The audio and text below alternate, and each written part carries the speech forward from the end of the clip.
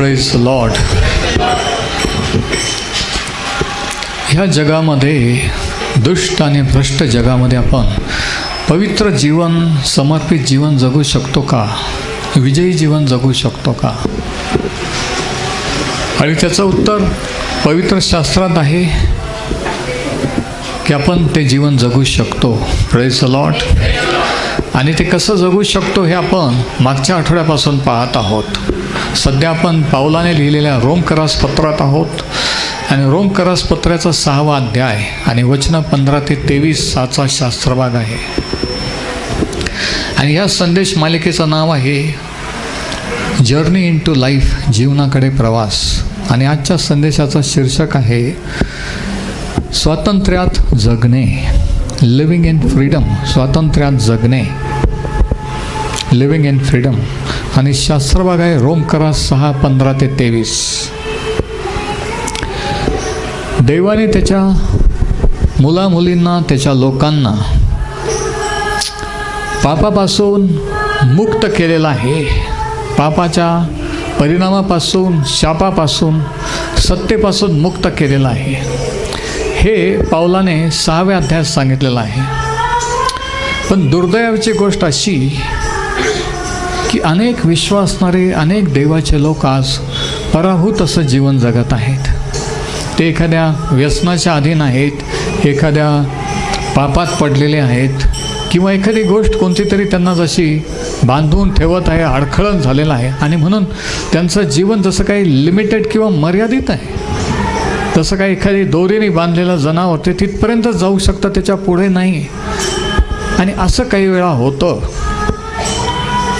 आणि म्हणून जर प्रभू येशूने आपल्याला मुक्त केलेला आहे आणि आपण जर मुक्त झालेलो आहोत, तर ते मुक्त आपण कसं राहू शकतो, कसं जगू शकतो, हे आज आपण त्याच्या वचनातून पाहणार आहोत. किती जणांना मुक्त राहून मुक्त जीवन जगण्याची इच्छा आहे.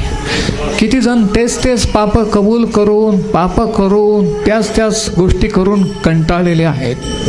जर तसं असेल तर आजचा हा संदेश तुमच्यासाठी आहे. जर तुम्हाला वाटत असेल की तुम्ही फिरून त्याच पॉईंटला येता, फिरून तिथंच येता, पण सरळ जात नाही, तर हा संदेश आज तुमच्यासाठी आहे. Praise Lord. आणि पाऊल आपल्याला याचं उत्तर रोमकरास पत्राच्या 6व्या अध्यायामध्ये देतो की आपण सर्व देवाचे लोक हे स्वतंत्रपणे मुक्त असं जगू शकतो. आणि पहिल्या 14 वचनामध्ये, रोमकरास पत्र याच्या 6व्या अध्यायाच्या पहिल्या 14 वचनामध्ये पाऊलाने प्रभू येशूने आपल्याला कसं पापापासून मुक्त केलं आणि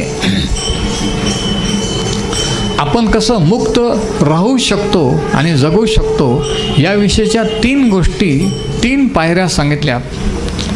दुसऱ्या वचनात तो म्हणतो की आपण जसे असे न हो, आपण जे पापाला मेलो ते आपण यापुढे त्यात राहावे, हे कसे?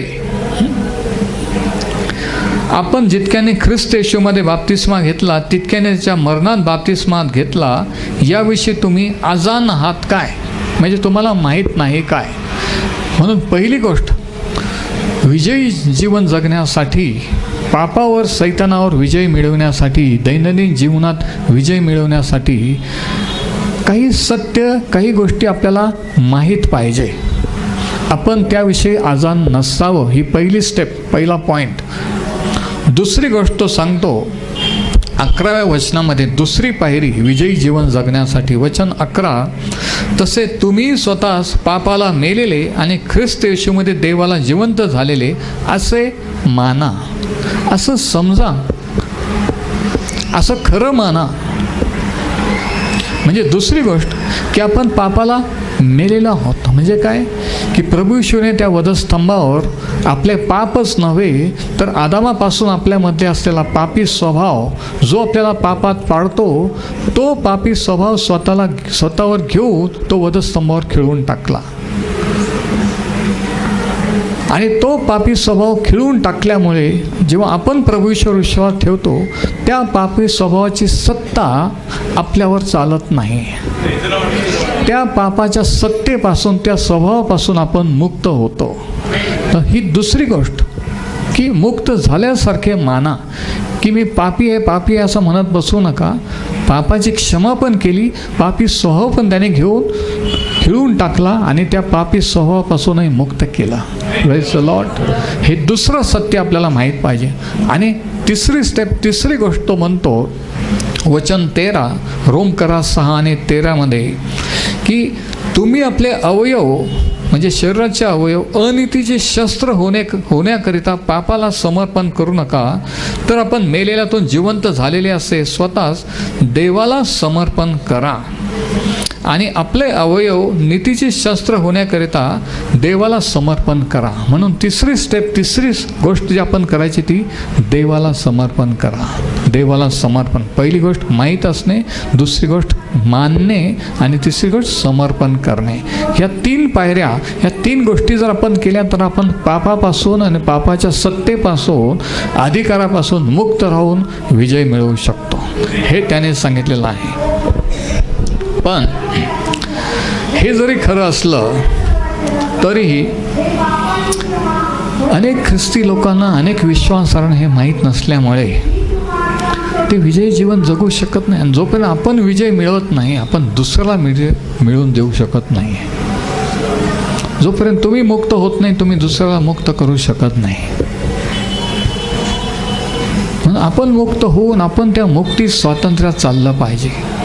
आपल्याला जर एखादं पाप अडकवून ठेवतंय, गुरफटून टाकतंय, एखादा मोह, एखादा व्यसन, एखादी गोष्ट, आणि तिथं जर सैतानाने अडकवलेलं आहे तर आपण फारसं पुढं देवामध्ये जाणार नाही आहे. पण ज्यावेळेस ते बंधन तुटलं जाईल त्याच वेळेस तुम्ही देवात वाढाल आणि पुढे जाल. किती जणांना समजतंय मी काय बोलतोय ते? तुम्हाला कोणतं पाप अडकवतंय, तुमचा वीक पॉईंट काय आहे हे तुम्हाला माहिती आहे. आणि त्याच्याबद्दल खुश होण्याची गरज नाही आहे. आज देवाला म्हणा की प्रभू ह्या गोष्टीवर मला विजय कर. हे सहज गुंतवणारं पाप, ह्या मोहात मी पडते किंवा पडतो किंवा पडलेलो आहे, ह्याच्यावर तू मला विजयी कर. तर ह्या 3 गोष्टी पाऊल सांगतो पापापासून मुक्त होण्याच्या. माहीत होणे, दुसरं वचन मानणे, 11 वचन आणि तिसरी गोष्ट देवाला समर्पण करणे. आणि हे माहीत नसल्यामुळे अनेक विश्वासणारे आज पराभूत जीवन जगत आहे. ते जरी विश्वासणारे आहे, ते जरी शास्त्र वाचतात, प्रार्थना करतात, चर्चला येतात, पण पाहिजे तसं विजयी जीवन ते जगत नाही आहेत. विजय मिळवू शकत नाही. आणि दुसरे जे आहेत त्यांना असं वाटतं की कृपेने जर तारण झालेलं आहे, देव जर कृपा करणारा, कृपा जर केलेली आहे तर आपण पापात राहिलं तरी चालतं. आणि असं म्हणून ते मुद्दाम पापात राहत आहेत. आणि या दोन्ही गोष्टी चुकीच्या आहेत. माहीत नसल्यामुळं पण आपलं नुकसान आहे, आणि माहीत असून जर गैरफायदा घेतला कृपेचा तरी नुकसान आहे. आणि ते नुकसान असं की जर आपण पाप केलं, करीत राहिलो, तर आपण सैतानाला चान्स देतो, वाव देतो. सैताने दुरात्म्यांना आमंत्रण देतो आपल्या शरीराचा, आपल्या मनाचा, विचारांचा, आपल्या कुटुंबाचा ताबा घेण्याचा. आणि म्हणून हे इतकं घातक आहे, इतकं डेंजरस आहे. म्हणून माहीत असलं पाहिजे, माहीत होणं. आणि ह्याच धर्तीवर, ह्याच याच्यावर पाऊल पुढं कंटिन्यू करतो 6व्या अध्यायामध्ये. याच्यामध्ये तो 2 प्रश्न विचारतो आहे. पहिला प्रश्न पहिल्या वचनामध्ये आहे की कृपा वाढावी म्हणून आपण पापात राहावे काय?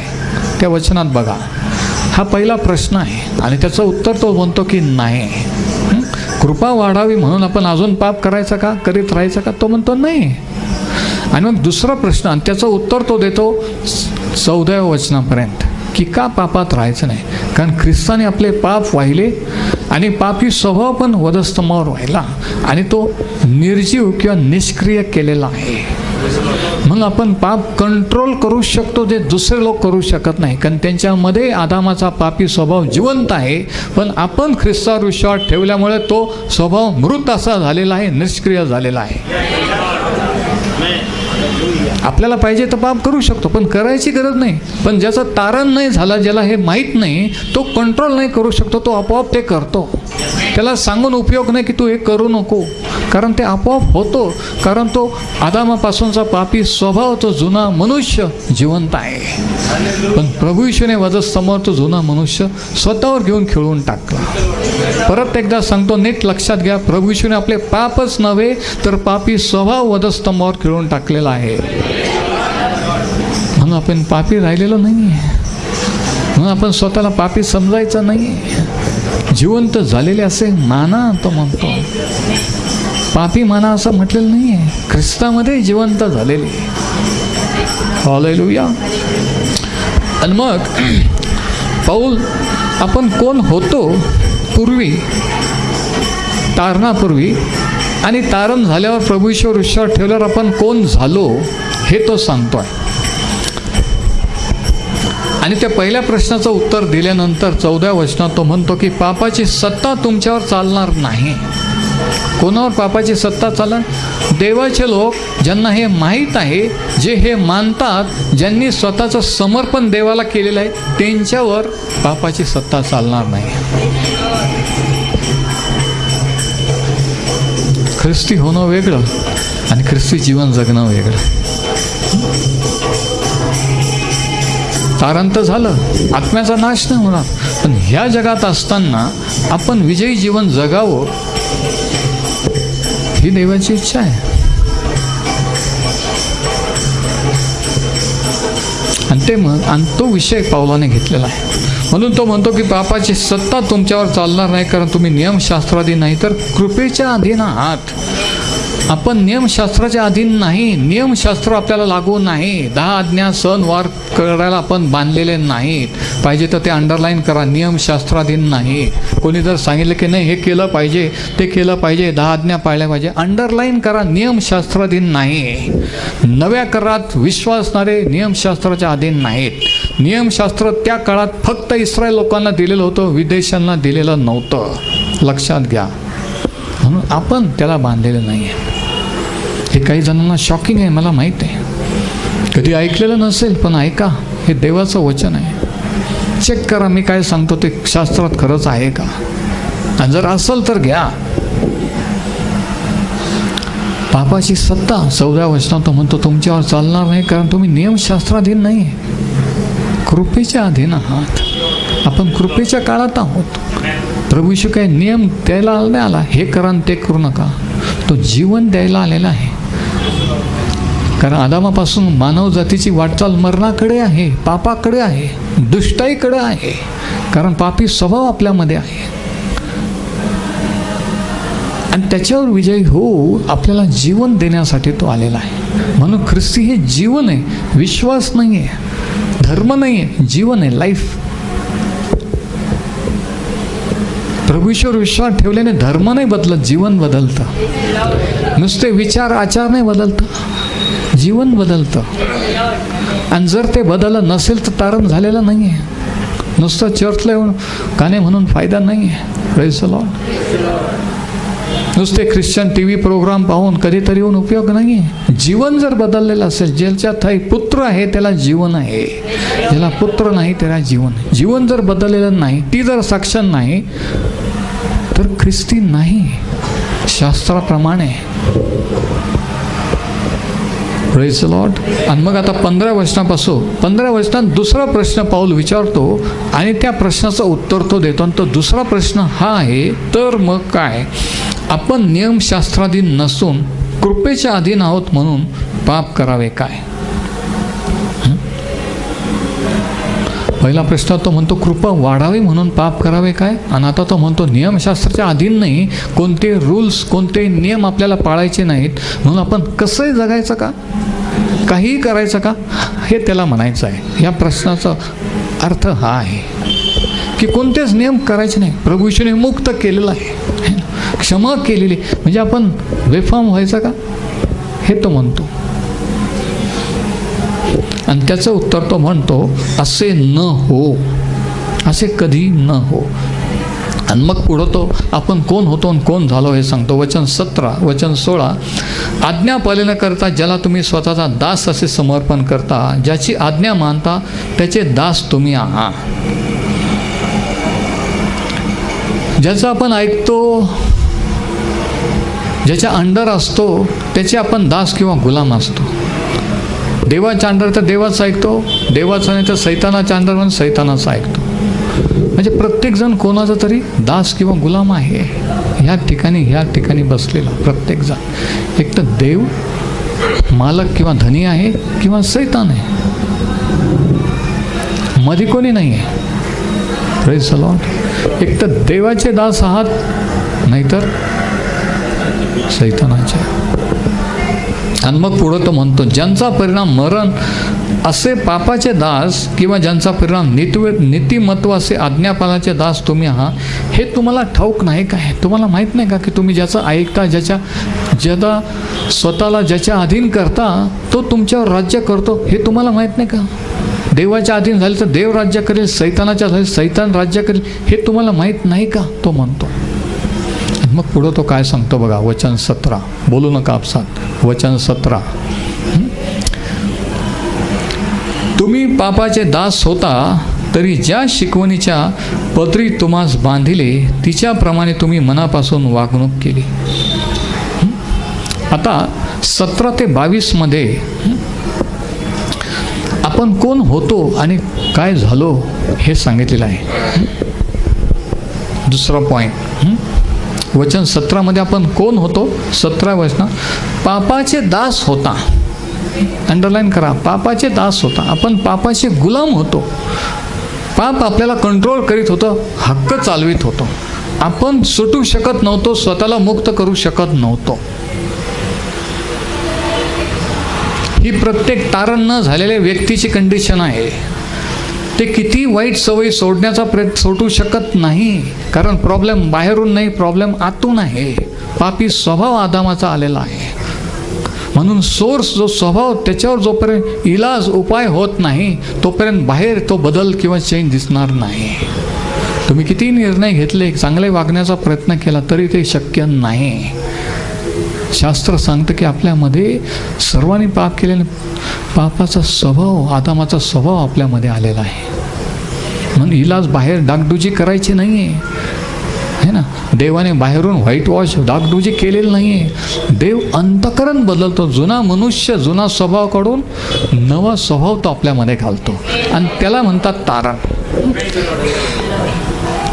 तर तो म्हणतो या ठिकाणी की तुम्ही पापाचे दास होता आणि मग कोण झालेला आहात. तुम्ही मनापासून वागणूक केली, ज्या पदरी तुम्हाला बांधली. म्हणजे आता तुम्ही देवाच्या आज्ञा पालन करणारे झालेले आहात. पूर्वी पापाचे दास होतात, आता देवाचे दास आहात. पुढे दुसरा पॉईंट वचन 18 मध्ये तो सांगतो की पापापासून मुक्त होऊन तुम्ही नीतिमत्वाचे दास झाला म्हणून देवाची स्तुती असो. म्हणजे पापाच्या अधीन होता पण आता मुक्त झालेला आहोत.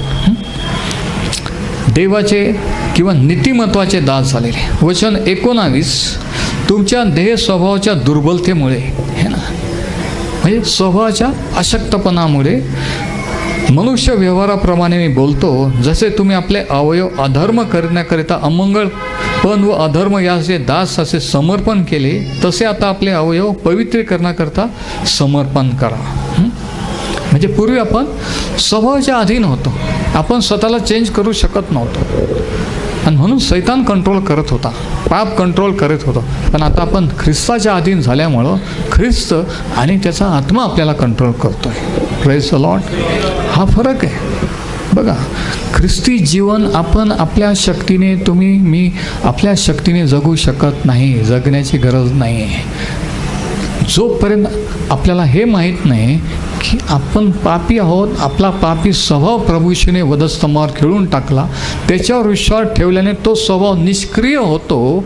म्हणून आपल्याला देवाची, वचनाची, चर्चची, प्रार्थनेची गोडी लागते, जी पूर्वी नव्हते. म्हणजे नवा मनुष्य, नवा स्वभाव घातलेला आहे म्हणून. पण ज्यांच्यात हे झालेलं नाही ते हे करू शकत नाही आहे.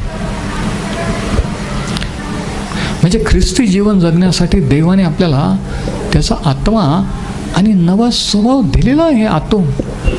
म्हणजे आतून ते उपकरण जसं काय बसवलेलं आहे. Praise the Lord. समजतं ना मी काय म्हणतो ते? बाहेरून दाखवायची गरज नाही, आतून ते आपल्याला प्रेरणा, तो आत्मा, तो नवा स्वभाव आपल्याला ओढ निर्माण करतो ते देवाची भक्ती करण्याची, प्रार्थना करण्याची. ते आतून असलं पाहिजे, आतून होतो ते, बाहेरून नाही, दिखावा नाही आहे. Praise the Lord. हे खरं ख्रिस्ती जीवन आहे.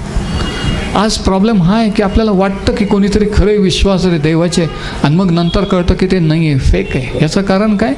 की दिखावा आहे, डुप्लिकेट आहे, ओरिजिनल नाही आहे. ओरिजिनल कधी होतं? ज्यावेळेस हे सत्य कळतं, ज्यावेळेस माणूस पश्चाताप करून विश्वास, तेव्हा आतून बदलतो ना, ते खरं तारण. म्हणून मी नेहमी सांगतो की तारण बाहेरून आत नाही, आतून बाहेर आहे. तुम्ही काय करता आणि काय दाखवता हे महत्त्वाचं नाही, आतून काय आहात हे महत्त्वाचं आहे. कारण आतून असेल तर ते बरोबर बाहेरून दिसेल. वचन 19 तो म्हणतो की आपण कोण होतो? आपण अधर्म यांना दास असे होतो. तो म्हणतो आपले अवयव, आपल्या शरीराचे अवयव, तो म्हणतो आपण पापासाठी समर्पण केलेले होते, पण ख्रिस्तावर विश्वास ठेवलेले आपण देवाला ते समर्पण केलेले आहेत. आणि मग वचन 20 ते 22, वचन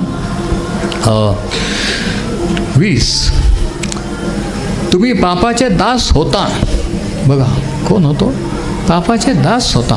पाप आपला मालक होतो. तुम्ही पापाचे दास होता. म्हणा होता, म्हणजे आता नाही, होता, है ना? Praise the Lord.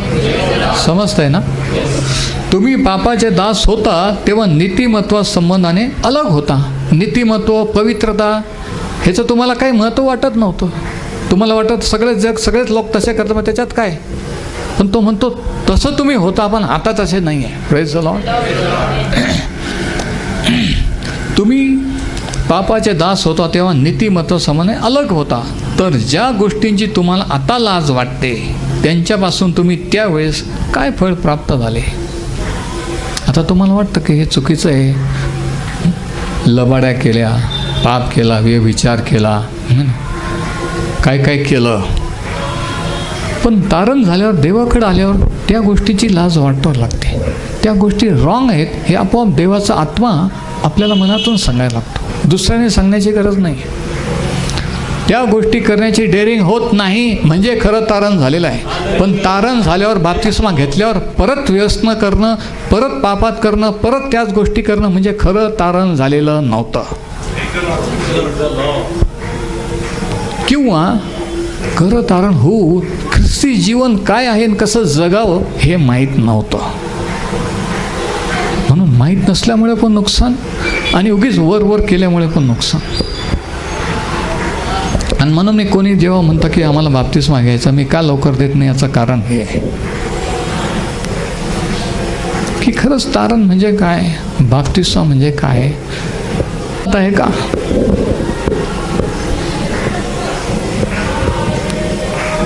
हे महत्त्वाचं आहे. बाप्तिस्मा घेणं महत्त्वाचं आहे आणि एखाद्याला बाप्तिस्मा देणंही महत्त्वाचं आहे. न समजता जर एखाद्याला दिला ते चुकीचं आहे, कारण देणं ही जबाबदारी आहे. एक दिवशी तो विचारणार आहे की माहीत नव्हतं पण तू सांगितलं नाही का. ह्या गोष्टी महत्त्वाच्या आहे. आणि पहिल्या 14 वचनात आपण मागच्या संदेशात पाहिलं की बाप्तिस्मा बुडणे आणि वर येणे प्रभू येशू ख्रिस्ताचं मरण आणि पुनरुत्थान याचं प्रतीक आहे. तो मरण पावला, पुरला गेला आणि पुन्हा उठला. आपण त्याच्याबरोबर मरण पावलं, पुरलं गेलो आणि पुन्हा उठलो. म्हणजे काय की आपला जुना मनुष्य, जुना पापी स्वभाव त्याने घेतला, तो मरण पावला, मृत्यू झाला, पुरला गेला आणि पुन्हा उठला, तेव्हा नवीन स्वभाव त्याच्यामध्ये होता, नवीन जीवन होतं. तसं आपल्यामध्ये त्याने नवीन जीवन झालेलं आहे. हे झाल्यानंतर बाप्तिस्मा आहे. हे जर होत नाही तर बाप्तिस्मा घ्यायचा नसतो. बाप्तिस्मा घेऊन फायदा नाही आहे. ह्या गोष्टी कळल्या पाहिजे आणि अनुभवल्या पाहिजे. आणि बाप्तिस्म्यानंतर मग मंडळीची चर्चची मेंबरशिप आहे.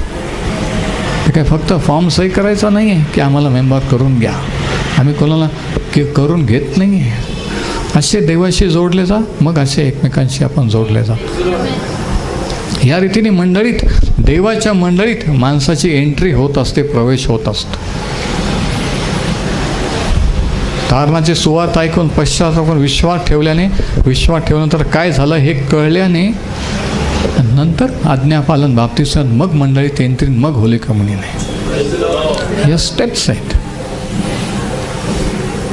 कोण आलं, कुठून आलं, आम्ही त्या चर्चला जात होतो, आम्ही इकडं होतो, देवाने हे केलं ते केलं, ते नाही आहे. तारण झालं काय देवाने केलं, काय अनुभव दिला ते नाही आहे. देव दुर्जनावर पाऊस पाडतो, धार्मिकावर पाडतो. ऐका, दुर्जनाही बरं करतो, धार्मिकांनाही करतो. म्हणून बरं झालं, नोकरी लागली, काय प्रॉब्लेम सॉल्व केला म्हणजे तारण नाही आहे. ते देव दया करणारा आहे, सर्व जग त्याची निर्मिती आहे म्हणून तो करतो. ती एक झलक आहे, तो किती दयाळू कृपाळू आहे ह्याचा अनुभव देण्यासाठी. पण ते तारण नाही म्हणत. तारण हे आहे की प्रभू येशू ख्रिस्त मरण पावला तेव्हा त्यांनी स्वतःवर काय वाहिलं, आपल्याला काय मिळालं, हे महत्त्वाचं आहे. आणि म्हणून ख्रिस्ती हे जीवन आहे. मी परत एकदा सांगतो, धर्म नाही, विचार नाही आहे. It is a life. त्याच्या ठाई जीवन होते आणि ते जीवन मनुष्याचा प्रकाश होते. तो म्हणतो मार्ग, सत्य व जीवन मीच आहे. तो जीवन द्यायला आलेला आहे. लोकांनी त्याचा धर्म करून बसले, त्याच्या धर्मात आले पण जीवनात आलेले नाही आहेत. पण जीवनात येणं महत्त्वाचं आहे. धर्मात येऊन फायदा नाही आहे.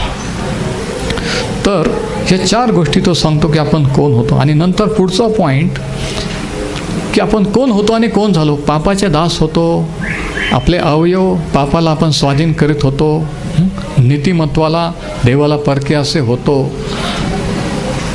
आणि ह्या विरोधाभास, ह्या 2 गोष्टी आपण कोण होतो आणि काय झालो हे सांगितल्यानंतर स्टेप बाय स्टेप, पावला पावलाने तो आपल्याला सांगतो की आपण कसं ह्या स्वातंत्र्यात चालू शकतो. कारण तो आपला विषय आहे की देवाने दिलेल्या स्वातंत्र्यात चालणे. स्वतंत्र केलं तर का बरं वाटतं की मी कुठंतरी बांधलेलो आहे, का बरं एखादं पाप राज्य करतं, का बरं वाटतं की ही सवय मोडतच नाही किंवा ही गोष्ट आपोआपच घडते. म्हणजे खरं स्वातंत्र्य नाही आहे म्हणून. कारण जेव्हा खरं स्वातंत्र्य तेव्हा तुम्ही ठरवाल ते होईल. तुम्हाला तुमचं मन किंवा तुमचा स्वभाव किंवा कोणीतरी करायला लावणार नाही आहे. जोपर्यंत कोणीतरी लावतं म्हणजे तुम्ही देवाच्या नाही, त्यांच्या अंडर आहात, म्हणजे सैतानाच्या अंडर आहात. मग खरं स्वातंत्र्य हे आहे. आणि त्याच्यात कसं चालायचं बघा. वचन 17, 6वा अध्याय, पहिली स्टेप, पहिलं पाऊल स्वातंत्र्यात चालण्यासाठीचं.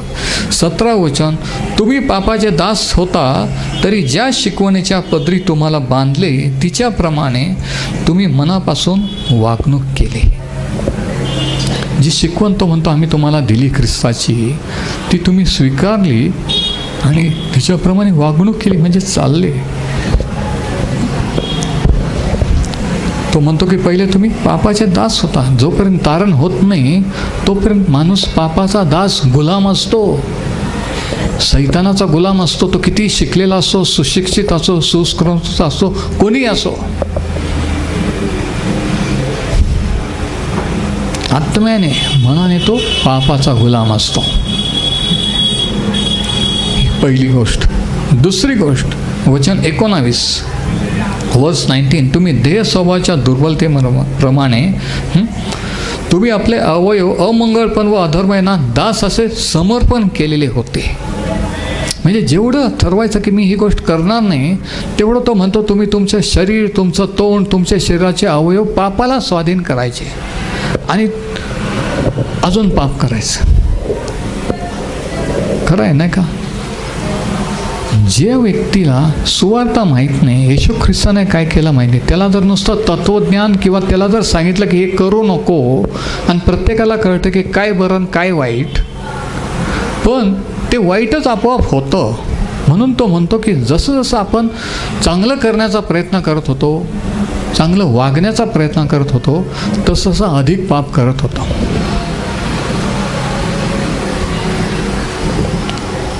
कंडिशन अजून बेकार खराब होत होती. कारण आपल्या शक्तीने आपण पापावर सैतानावर विजय मिळवू शकत नाही आहे.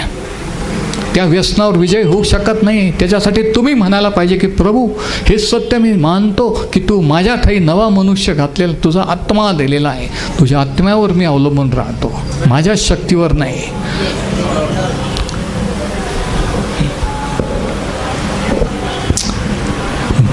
तर पहिली पायरी काय की आपण पापाचे दास होतो. दुसरी पायरी की पापाचे दास असल्यामुळे आपल्या शरीराचे अवयव पापाला स्वाधीन करीत होतो, अधिक पाप करीत होतो. तिसरी गोष्ट काय होत होती, वचन 18 तो म्हणतो की पापापासून मुक्त होऊन तुम्ही नीतिमत्वाचे दास झाला, म्हणून देवाची स्तुती करा. आणि मग अशा स्थितीत असताना पापाचे गुलाम, पापातून सुटण्यासाठी प्रयत्न केला तर अजूनच पाप होत होतो.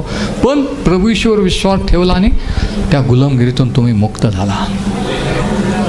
खरी मुक्ती ही आतून आहे, बाहेरून नाही आहे. खरी मुक्ती पापावर सैतानावर विजय मिळवणे आहे. ख्रिस्त हा जीवन, त्या जीवन स्वीकारणं हे आहे. ख्रिस्ताला स्वीकारणं म्हणजे ख्रिस्ती धर्म स्वीकारणं नाही, किंवा आम्हाला चांगलं वाटतं, ख्रिश्चन प्रोग्राम आम्हाला आवडतात, आम्ही पाहतो, आम्ही ऐकतो. ते चांगलं वाटण्यासाठी नाही आहे. त्याच्यावर तुमचं अनंत काळाचं भवितव्य अवलंबून आहे. स्वर्ग का नरक त्याच्यावर अवलंबून आहे की तुम्ही त्याच्यावर विश्वास ठेवणार का नाकारणार. ह्याच्यावर एक दिवशी देवापुढे उभा राहिल्यानंतर तुम्हाला उत्तर द्यायचं आहे. तेव्हा हे म्हणून चालणार नाही की मला आवडत होतं. ख्रिस्तावर विश्वास ठेवून स्वीकारला का त्याला नाकारलं ह्याच्यावर न्याय होणार आहे. ते इतकं महत्त्वाचं आहे आणि त्याला काही ऑप्शन नाही आहे.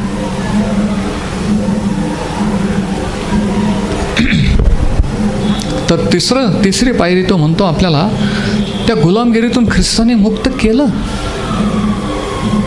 नुसती क्षमा नाही केली, त्या पापी स्वभावातून, त्या गुलामगिरीतून, त्या बंधनातून मुक्त केलं. आणि मग चौथी स्टेप काय आहे, 18 वचनात तो म्हणतो की पूर्वी आपण देवाचे दास, पापाचे दास होतो, आता नीतिमत्वाचे दास किंवा देवाचे दास झालेले आहात. म्हणजे आपले मालक चेंज झालेले आहे. पहिला आपला मालक सैतान होता, आता देव झालेला आहे, येशू ख्रिस्त झालेला आहे. किती जणांचा मालक प्रभू येशू ख्रिस्त आहे. नुसता हात वर करू नका, विचार करा. देव तुमचा हात पाहतोय. खरंच देव तुमचा धनी मालक आहे का? तुमचा पैसा, तुमचा वेळ, तुमचं आयुष्य, जे काही तुमचं आहे ते त्याचं झालेलं आहे का? तर तो मालक आहे, नाहीतर नाही. तर तो धनी आहे. जर सगळं त्याचं नाही, काही तुमचं काही त्याचं आहे, तर तो तुमचा मालक नाही. तुम्ही त्याचे गुलाम दास झालेले नाहीत. जेव्हा टोटल त्याचं होईल, मालकी हक्क त्याचा राहील की मी काय करायचं, कुठं जायचं, माझा पैसा कुठं खर्च करायचा, माझा वेळ कोणासाठी किती द्यायचा, हे जोपर्यंत त्याच्या कंट्रोलही नाही तोपर्यंत तो मालक नाही. जर आहे तर तो मालक आहे. दिवसातून एकदा, आठवड्यातून एकदा त्याचं नाव घेणं म्हणजे आपण ख्रिस्ताचे होतो असं नाही आहे. हा खोटा गैरसमज आहे. ही स्वतःची फसवणूक आहे. आपण काहीतरी समजणं, मग आपण ओरिजिनल नाही, डुप्लिकेट होतो, फेक होतो. आपण नेहमी दाखवण्याचा प्रयत्न करतो जे आपण नाही आहे ते, आणि मग तो संघर्ष चालू असतो. पण दाखवायची गरज नाही, जे आहे ते आहे. Praise the Lord. दाखवावं लागत नाही, जे आहे त्याचं आपोआप फळ दिसतं.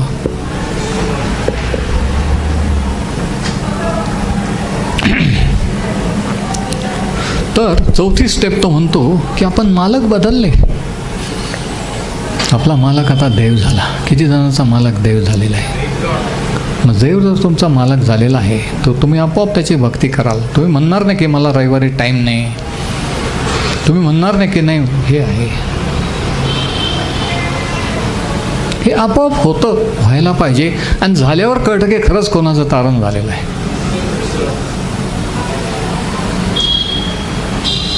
म्हणून मी कधी कोणाला सांगत नाही काय करायचं आणि काय नाही करायचं. मी वचन सांगत असतो. वचन कार्य करताना ते जर सत्य प्रगट झालं, आतून बदललं की बाहेरून तुम्ही आपोआप बदलणार. मी बाहेरून सांगणार नाही असं बोलू नका, असं वागू नका. ते वचन, तो आत्मा तुम्हाला आतून बदलल्यावर आपोआप बाहेर तो चेंज दिसून येईल. मी म्हणणार नाही दर रविवारी चर्चला तुम्ही आतून बदलले तर आपोआप त्याची भक्ती करायला याल. तुम्हाला सांगा पण लागणार नाही. आणि ती खरी भक्ती असते.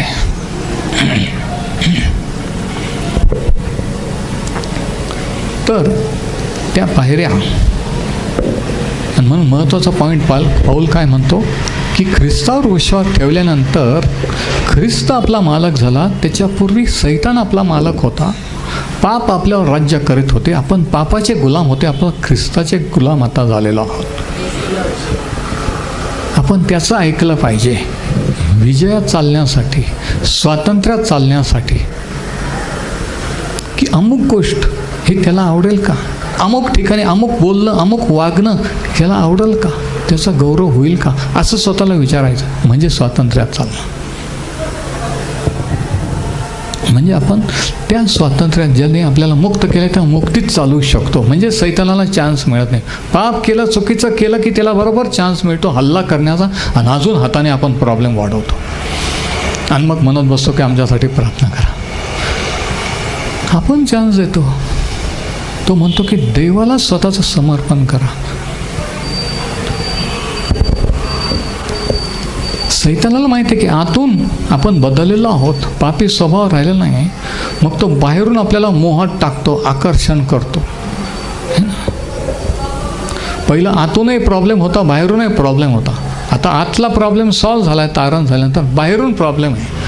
पण आपलं मन तो विचलित करतो, आपल्या डोक्यात विचार टाकतो आणि मग आपल्याला असं करायला लावतो. असं ओढीत नेऊन ते पाप करायला लावतो, ती गोष्ट करायला लावतो. आणि ह्याच्यातून जोपर्यंत मुक्त होत नाही तोपर्यंत आपण मुक्त स्वातंत्र्यात चालवू शकत नाही. आणि ते ख्रिस्ती जीवन आहे.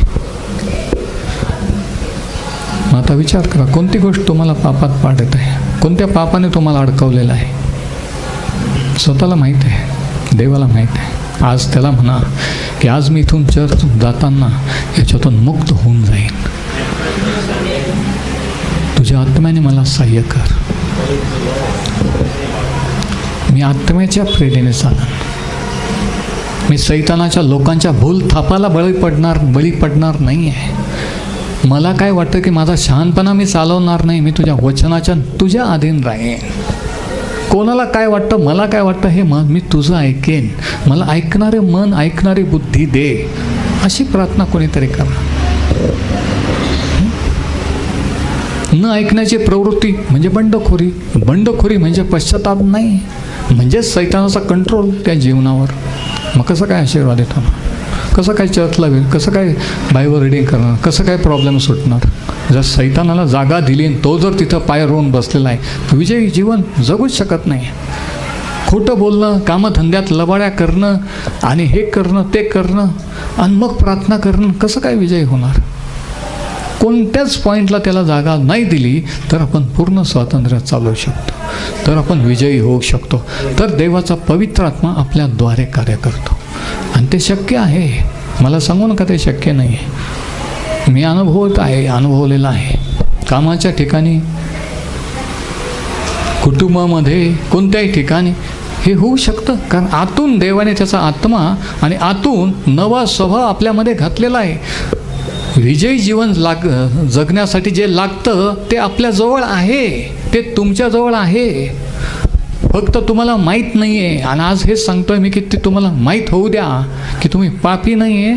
तुमच्यामध्ये देवाने त्याचा आत्मा नवा स्वभाव घातलेला आहे.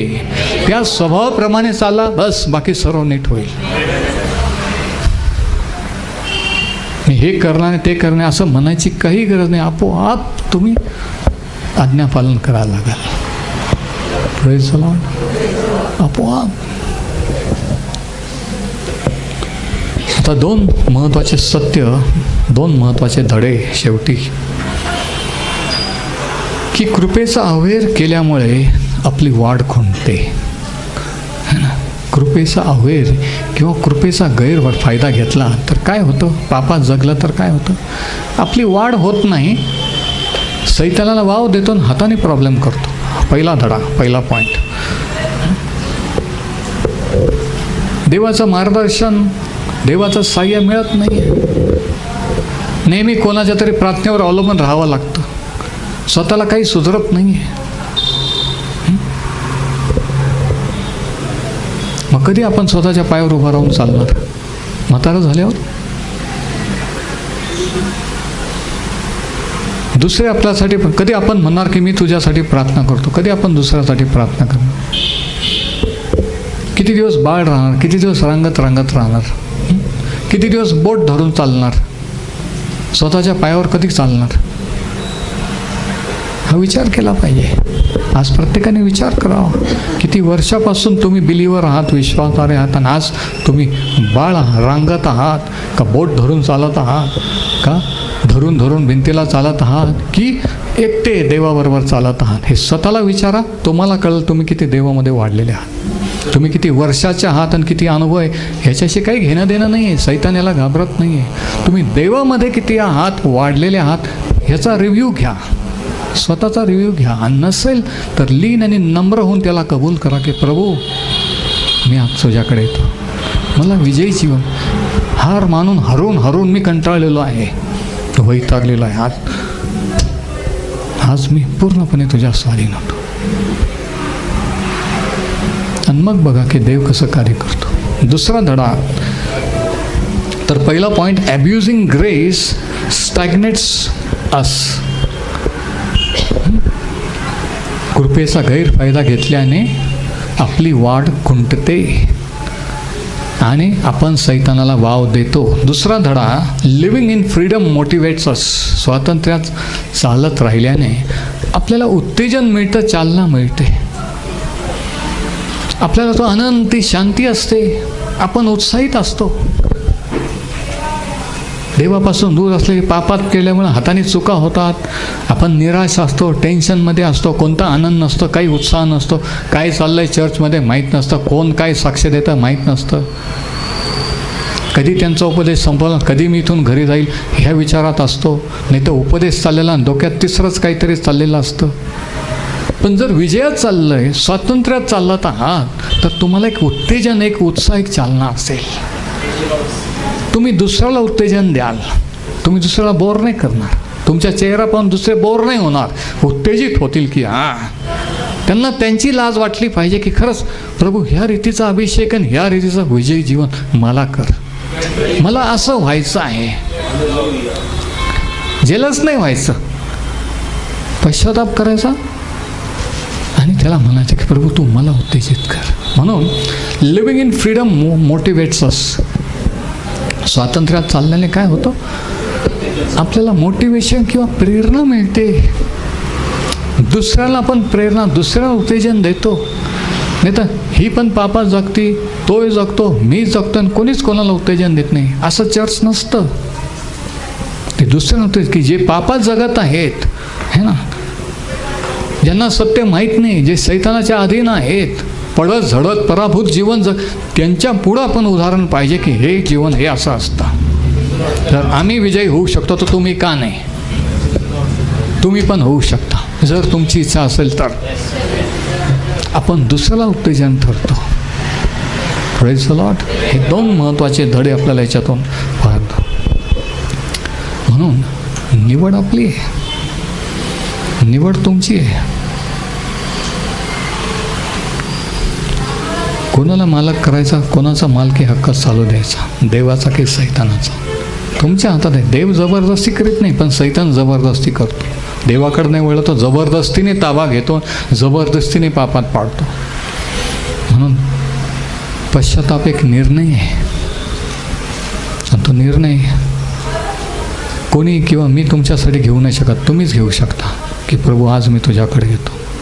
काय आहे ते मला आता नीट कळलेलं आहे. तुला सगळं काही माहीत आहे. पेत्रासारखं मी किती खरं आहे, किती खोटं आहे, घरी कसं आहे, रस्त्यावर कसा, चर्चमध्ये तुला सर्व माहीत आहे. प्रभू माझी क्षमा कर. असं जर कोणीतरी आज मनापासून म्हणेल ना, तर आज देवाचा पवित्र आत्मा त्यांचं जीवन बदलेल. आजपासून तुम्ही जसे आहात तसे राहणार नाही. खरंच जर मनापासून म्हटणार तर, उगीच दिखावा खुश करण्यासाठी नाही आहे. मग आपण रिअल विश्वासणारे, खरं चर्च, खरे देवाचे लोक असे होऊया. मिक्सचर नाही राहणार आहे. कोणी देवाच्या मार्गात चालत आहे, कोणी पापात, कोणी व्यसनात, कोणी कसं तर कोणी काय, असं नाही. एक विचाराची, एक लेवल, एका आवेशात, एका सामर्थ्यात आपण चालू. आणि ही देवाची इच्छा आहे आणि ही माझी पण इच्छा आहे. आणि हे करण्यासाठी देवाने आपल्याला त्याचा आत्मा दिलेला आहे, त्याची कृपा पुरवलेली आहे. म्हणून आता निर्णय आपल्यावर आहे. परमेश्वर हे वचन आशीर्वादित करो.